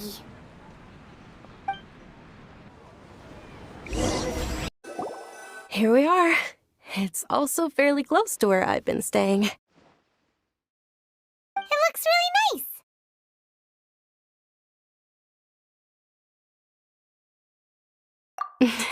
Not at all. Just tell me more about your adventures when you next get the chance. That's Paimon's specialty. Paimon can tell you stories next time. Oh, if you don't mind, how about we all walk around together tomorrow? All of my friends will be working the festival, and Dia's still insisting on her covert protection. Yeah, it'll be pretty hard to relax and enjoy the festival if Dia's constantly hovering over you, right? Then let's meet at the nearby bazaar first thing tomorrow morning. Have a great night. It's a deal. Good night, Dunyarzad. I may be too excited to fall asleep tonight. See you tomorrow. Paimon's starting to really look forward to the Sub-Zero festival too. Will there be lots of yummy food? Oh, no. Thinking about food is just gonna keep Paimon up all night. The earlier we sleep, the better. Let's go inside, traveler.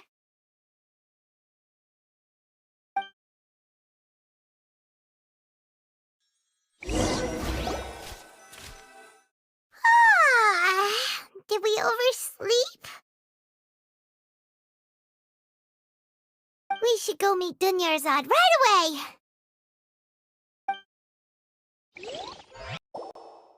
Traveler, Paimon, I've been waiting for you two. Good morning, Dunyarzad.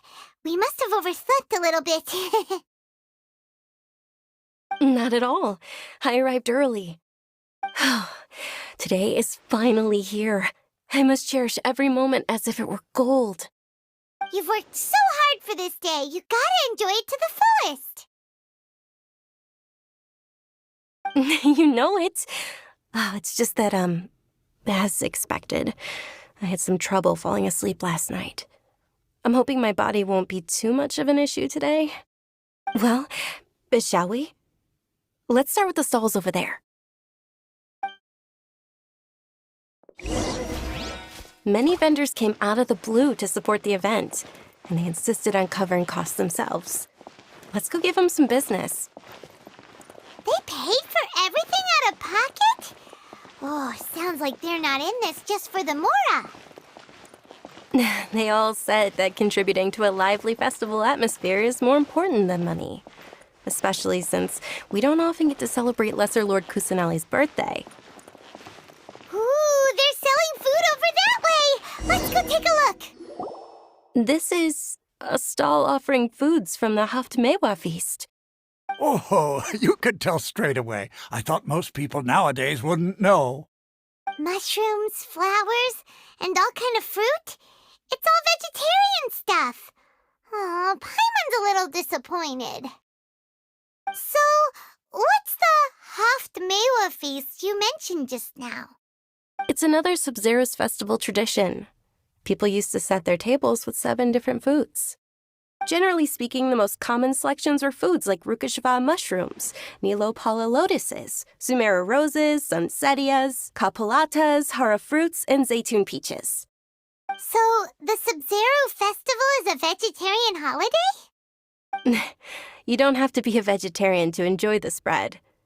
We just use the 7 foods to symbolize the 7 virtues of the Dendro Archon.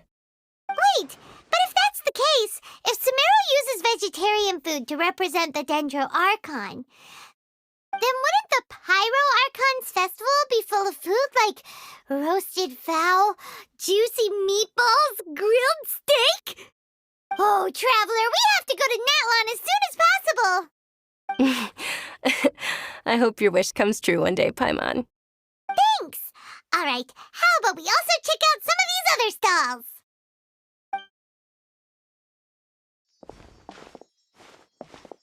Dear customers, would you like to try your hand at alchemical divination? What's alchemical divination. Those two things sound like they'd be fun to try together. Right? I thought the same when I first heard about it. It is said to be a mysterious craft invented by none other than Lesser Lord Kusanali herself. So, how does it work? It's quite simple. After you give me any 2 alchemical reagents, I'll use them to perform a random transmutation. Sure sounds random. So random that it will probably fail. That is precisely what we need. After the transmutation fails, your one and only diviner here will interpret the remnants. Well, according to Lesser Lord Kusanali, everything is interconnected, and all that occurs can be traced back to fate.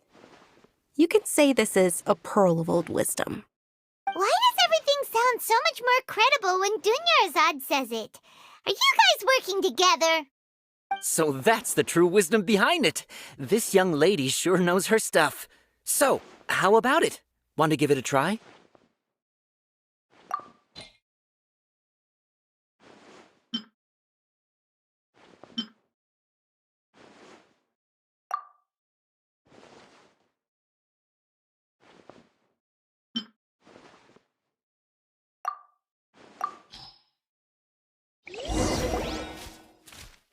Okay, one moment.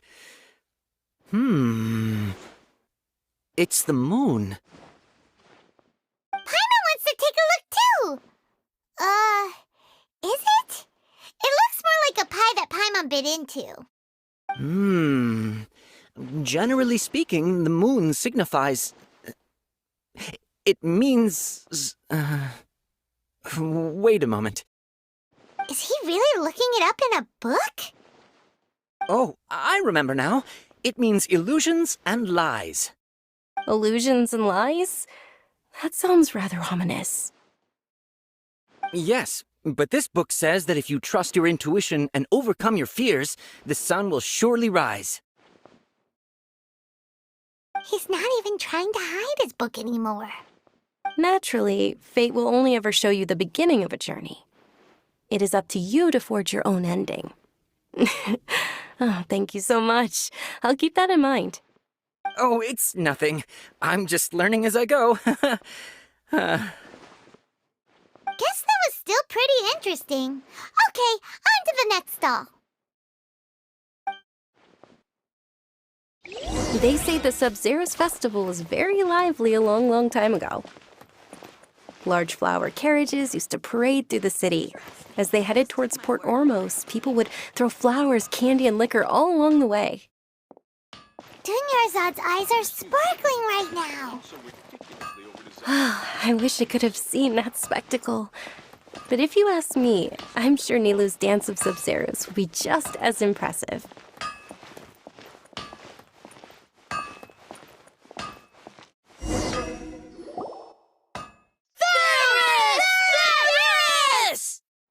Attention! Soldiers, fall into formation if you want any Yalda candies.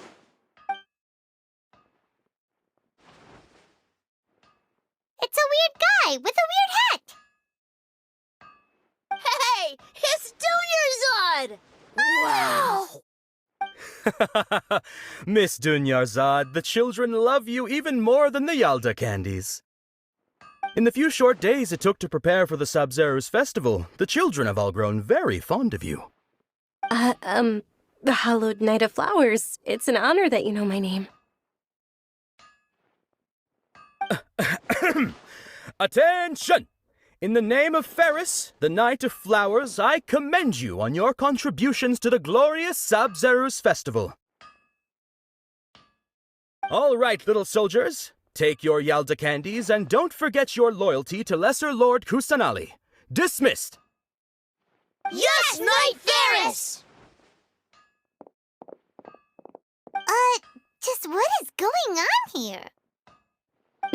Ferris, the Night of Flowers, is another Sub-Zero's festival icon, and one immensely popular with children.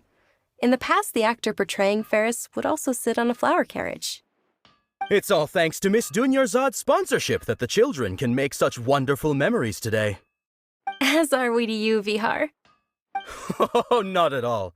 Oh, speaking of tradition, do you want some Yalda candies? They're a festival staple, and I happen to have some boxes readied here. Take a look and pick whichever one you want. Whichever one. Don't these boxes all look the same? That is the fun part. Each box contains a random flavor. It's up to the luck of the draw. Flavors include lavender melon, hara fruit, sunsetia. Ooh, those all sound pretty good. And there's also lizard tail and oni kabuto. Huh? What's up with those two flavors? Oni kabuto is a little spicier than lizard tail.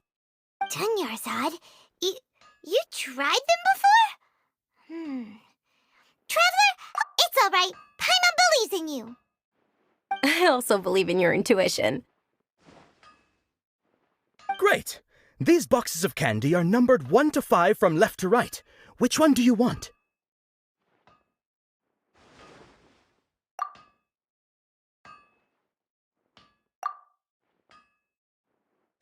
Attention! That's unfortunately lavender melon. Oh, Paimon thought you survived so many epic battles because you had incredible luck. But looks like Paimon was wrong. The sunsetia flavored candy was in box number 4. How about this? The most important thing is that everyone has a good time at the festival. So please, take both boxes. Really? Thanks a lot, Knight of Candies! It's Night of Flowers, not Night of Candies. Paimon really wilted the carriageless Knight of Flowers. They all basically sound the same. We got our candy, so let's keep going. Oh, actually, I just remembered that I left something behind. Since you're here, can you come with me to get it?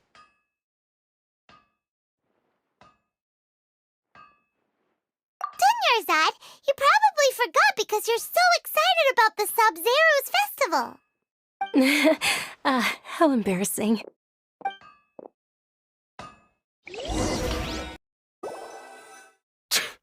We're too late. Who knew the little lady was such an early riser? I know, right? Hey, wait a minute. Pause! Isn't that her? Oh, that most certainly is. We're in luck. She's walking right into our clutches. Those Eremites don't look like they're up to any good. Who are you? I don't believe the Homayanis hired you. That's right. We haven't received any of their mora, but I wonder how much the Homayanis would shell out to get you back. They're a gang of kidnappers! Traveler, hurry and protect Dunyarzad! Hey, did you scumbags even consider that the Homayanis might have hired a merc that outclasses you? You're Dia! Dia the Flame Mane! No wonder we mercs haven't heard anything about you for so long. You sold your unruly mane to the highest bidder. Don't speak so disrespectfully. My family started working with her as gratitude for her past kindness to us. Don't worry about it, my lady. Just some friendly banter between mercs. One punch and those rabid dogs will expose themselves for what they really are. Aren't your claws all dull by now? Don't get too cocky!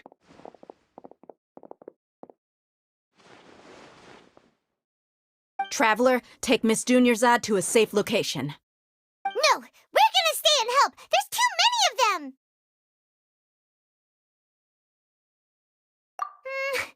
You're right. All right, fine. Please be careful, Dia. Don't waste your time worrying about me. This is my job. Look out for yourself. After I've wiped the floor with them, I'll go find you all.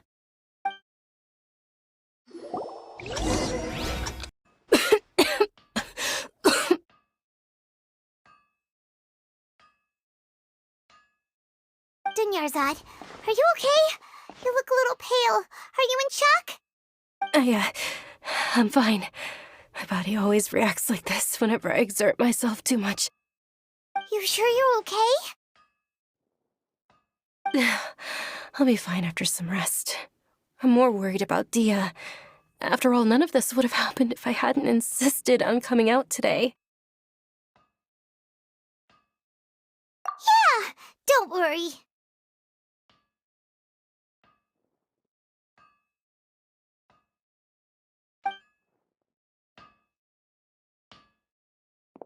My lady, Traveler, found ya.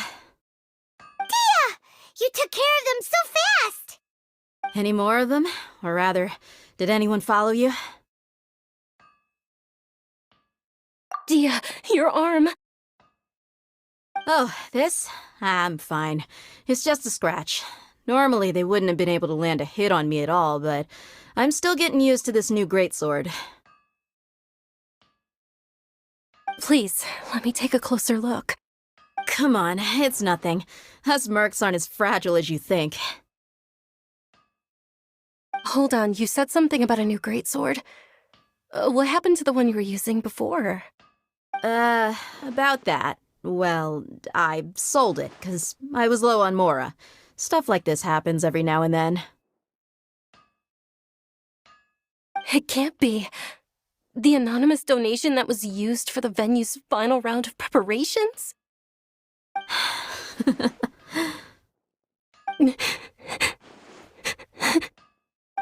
Hey, Miss Dunyarzad, I wasn't trying to make you cry. I'm not gonna lose my commission because I made my employer cry, am I? Okay, making your employer cry won't affect your commission, but selling your weapon without permission and getting hurt? I'll have to reevaluate your performance. You're so unreasonable, my lady. Thank you very much, Dia. Don't be like that. I get embarrassed really easily.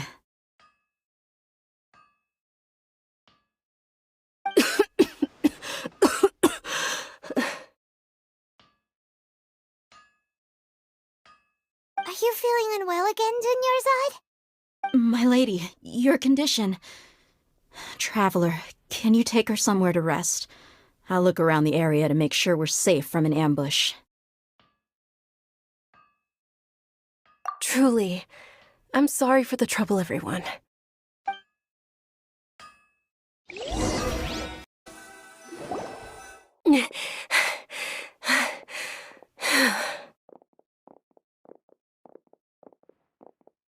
Are you feeling better,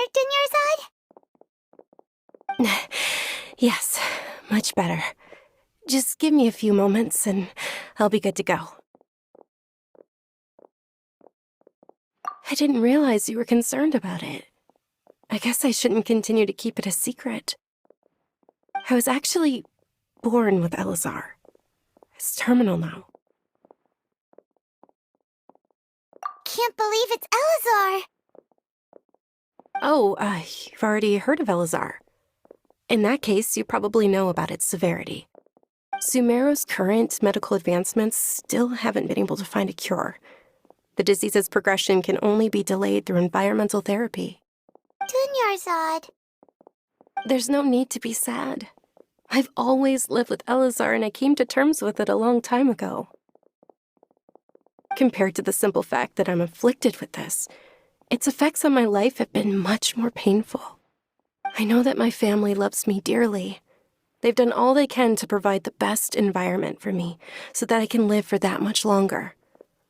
However, I know I will one day succumb to this.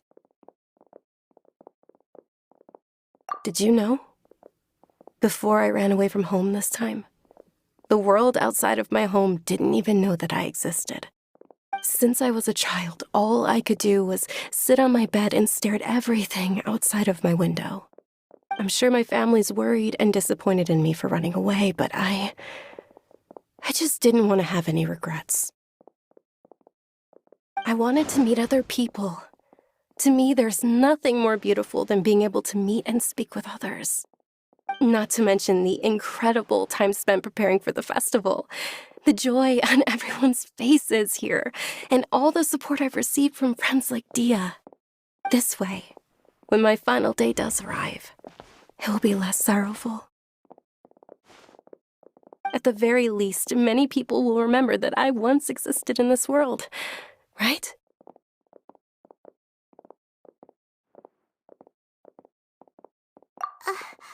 As long as you don't forget Paimon.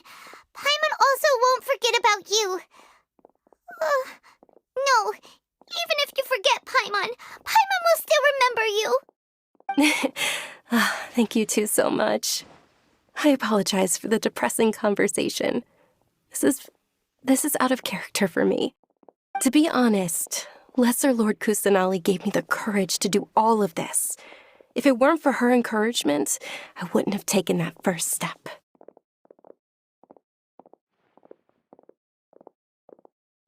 Thanks. There will always be frustrations in life, but I know that the point of living is not to leave behind any regrets. Oh, right. Isn't it almost time? Huh? Almost time for what? Isn't the Dance of Sub-Zerus about to begin? It's the part of the festival that I've been looking forward to the most. Nilou will recreate that legendary scene with her most splendid dancing. And the Sub-Zerus festival will conclude amid everyone's applause and blessings. And with that, my wish will also... Then what are we waiting for? Let's go to the stage! Yeah, we should still make it in time. Aware that the law prohibits this type of performance from taking place without prior permission? Over there! Someone's yelling at Nilou! I think I just saw the Academia's Grand Sage. Why is he here in person? But the Dance of Sub-Zerus is one of the key parts of the Sub-Zerus festival. If we can't perform it... The Sub-Zerus festival. The law also prohibits the private hosting of large-scale religious festivals. Only the Academia can host such an event. If you continue to resist, we will have to order an investigation into every single event organizer. The Grand Sage has already granted you much leniency. I advise that you exercise tact. How did things turn out like this? The Academia was originally responsible for the Sub-Zerus festival, but they failed this responsibility for many years. I need to speak with them. This is a hard pill to swallow, but you're right. Things would only get worse. Art, dance. Aren't you ashamed of pursuing such frivolous and meaningless activities in this land of knowledge and reason? Our Archon created the utopia that is Sumeru City for all scholars who sought validity, verity, and truth, while people like you wish to defile it. No. I believe that our Archon never rejected the arts. Even the goddess of flowers dedicated a dance to her. With your lack of intellectual credentials, I do not believe you are qualified to debate with me.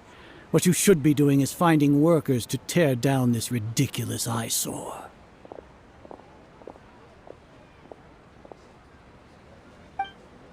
When we return, have the scribe draft an ordinance before the next Nyargarbaha Day that prohibits public art performances.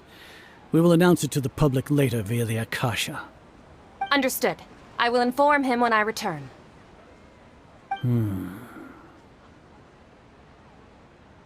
The Sub-Zerus Festival.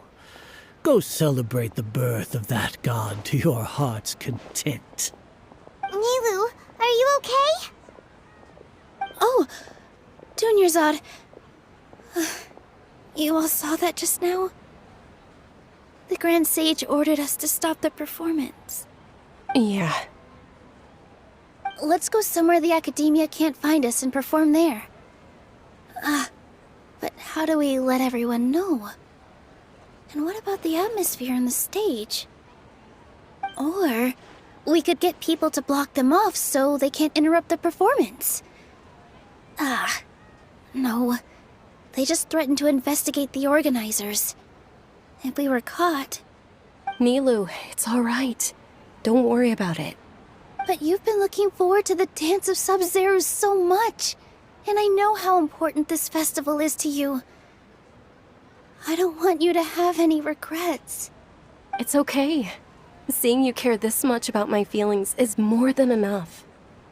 It would be too risky to continue the Sub-Zerus festival at this point. I don't want to get everyone in trouble. If you say so.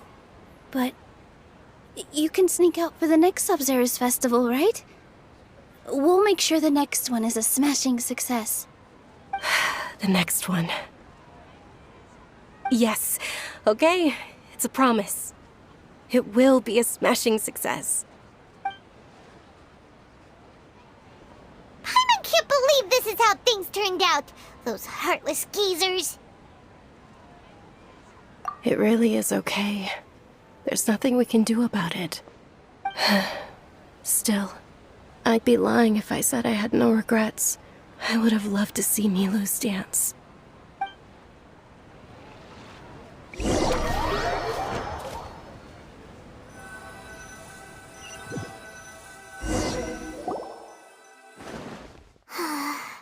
A lot happened today.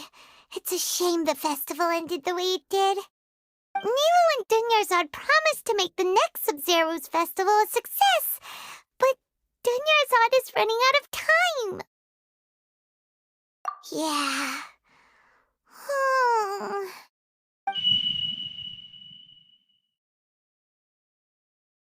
All connections have been secured to construct the most stable framework possible. The project has entered its most critical phase. Power has begun to flow from... We're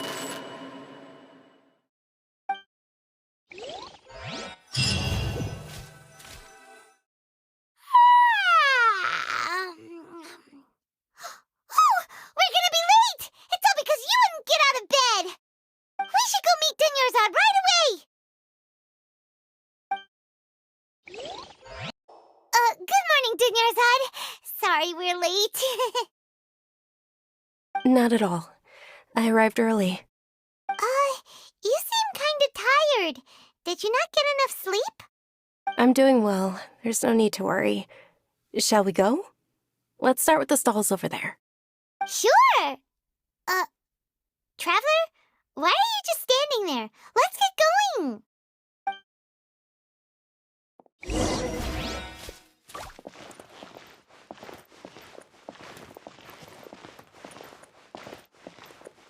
Ooh, they're selling food over that way! Let's go take a look!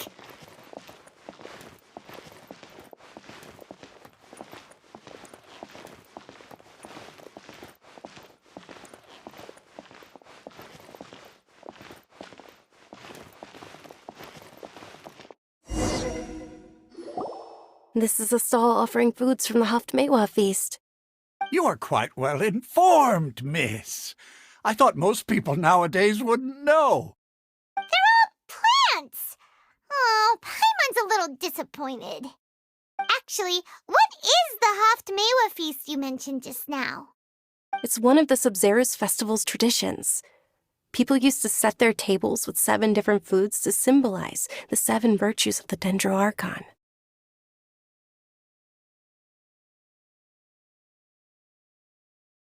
Remnants appear to be in the form of the moon. Really? Paimon thought it looked like some kind of food. The moon signifies... It's escaping me for now. Wait a moment. Is he really looking it up in a book? Oh, right. It means illusions and lies. But if you trust your intuition and overcome your fears, the sun will surely rise. Understood. I'll keep that in mind. Oh, it's nothing. I'm just learning as I go. Guess that was still pretty interesting. Okay, on to the next stall. So, where to next?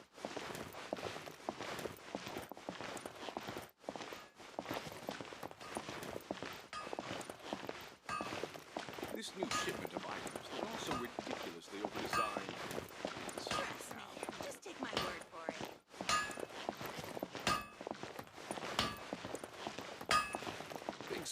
on like this.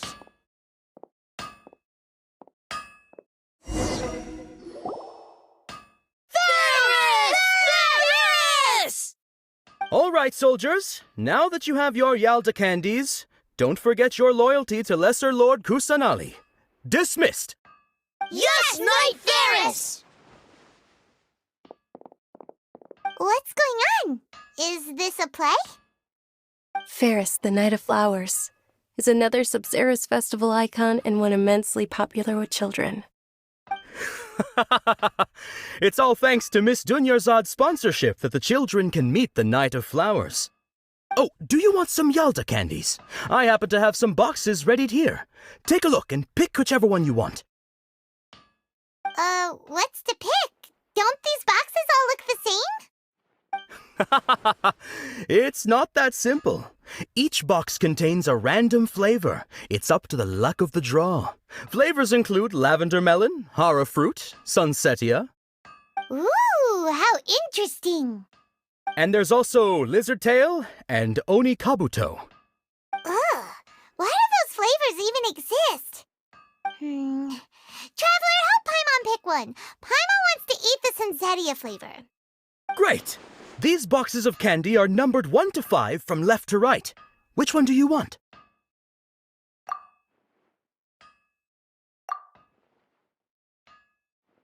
Ah, excellently chosen. Number 4 is indeed sunsetia. Ha-ha! Paimon bet you had incredible luck, and Paimon was right!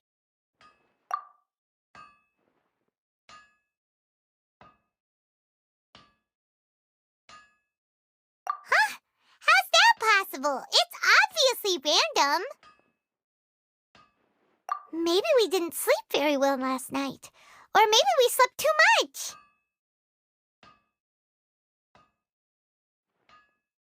Oh, sure. Huh? Where are you going? You're just gonna walk off like that? A feeling of déjà vu? Oh, Paimon knows what that is. It's when you feel like you've already experienced whatever is going on. In that case, Paimon also felt something like that today. But that's just our brains playing tricks on us, isn't it? So why'd you run here in such a hurry? So that's it! You're intentionally doing things you usually wouldn't and seeing if you still get that same feeling of déjà vu. Welcome, you two! Are you here for lunch? What would you like to eat? Got it! You don't look like you're from these parts, but I gotta say, you've got good taste. I'll give this order to the kitchen. Charcoal-baked Angelina cake? Isn't it that burned thing that didn't look tasty at all? Oh, Paimon understands what you're trying to do now. You'd never normally order something like this.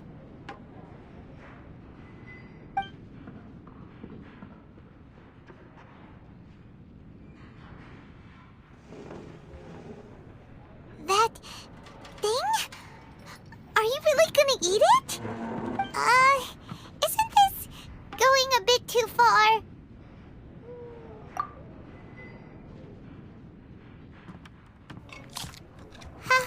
How was it? The look on your face is telling Paimon that it tasted awful. Then, you mean...